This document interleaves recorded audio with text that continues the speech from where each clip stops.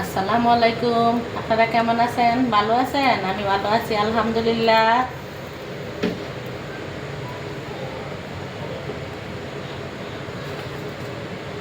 আমি এখানে পেঁয়াজ দিয়ে দিলাম।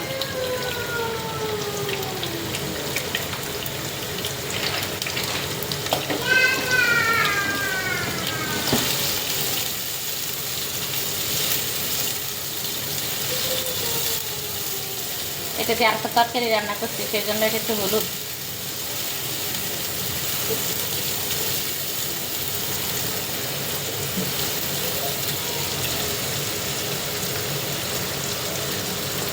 দিয়ে দিলাম। রসুন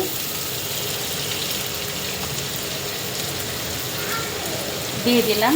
আদা আদা রসুনটা তেলের মধ্যে ভেজে নেই ভালো করে, পেঁয়াজটা ভালো করে ভেজে নেই।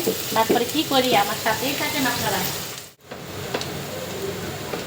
দিয়ে দিলাম এখন লবণ,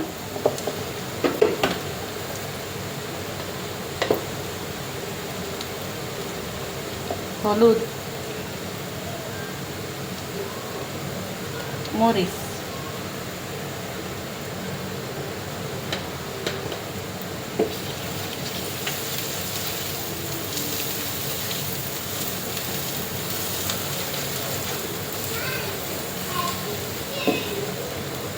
এই যে এখানে দিয়ে দিলাম টমেটো।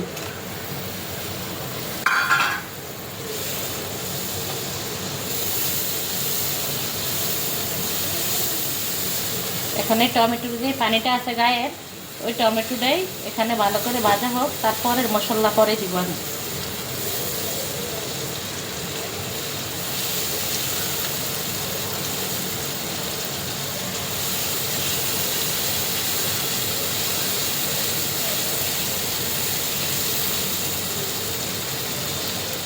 দিয়ে দিলাম জিরা ধনিয়ার গুঁড়া।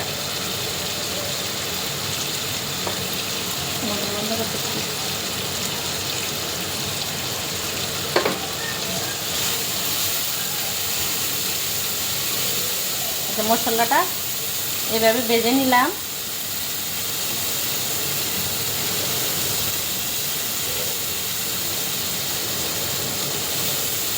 সবসময় মশলা পেঁয়াজ ভালো করে যদি ভেজে কষিয়ে নেন, তাহলে তরকারিটা স্বাদ হবে। যে কোনো জিনিসই হোক, স্বাদ আসবে। আমি দিয়ে দিলাম এখন এই যে কাঁকড়াগুলি।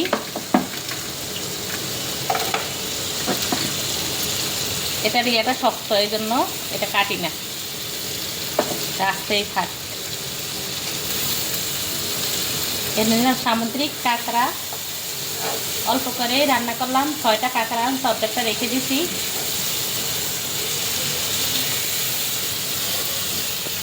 সি ফুড খাবো, সি ফুড। মাছ এলে খাবো, আর বাবা খায় না, তাই মাছ এলের জন্য অল্প করে রান্না করতে আছি।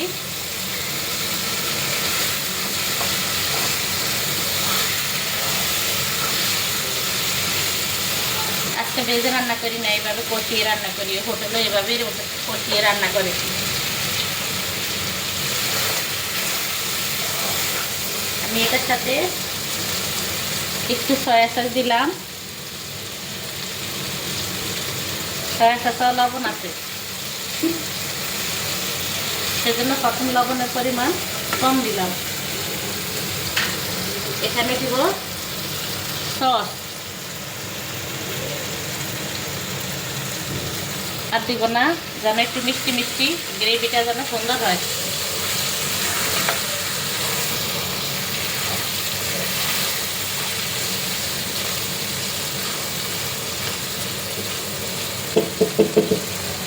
আমি একটু ডেকে রাখবো, মশলাগুলি সব এটার মধ্যে আস্তে আস্তে ঢুকো, তারপরে একটু পানি দিব। এই যে কাঁকড়াটারে ভালো করে আমি কষিয়ে নিয়েছি।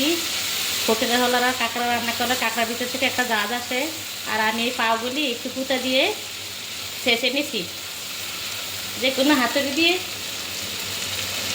এই যে একটু পানি দিয়ে দিলাম। এটা আস্তে আস্তে কষিয়ে হবে, একদম শুকনো করে মাখা মাখা করে উঠাবো।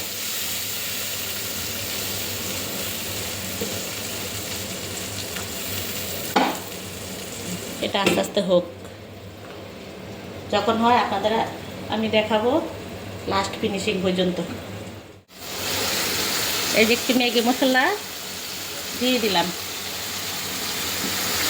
তাহলে একটু স্বাদ বাড়বে।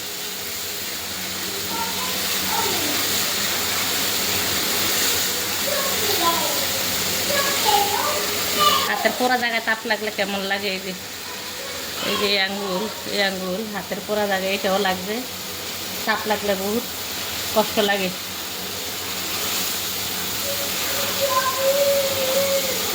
হয়ে গেছে আমার রান্না।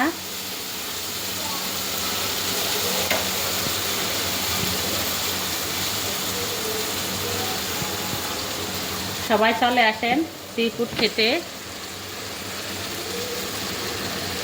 কক্সবাজারে একটা কাঁকড়া 1050 টাকা।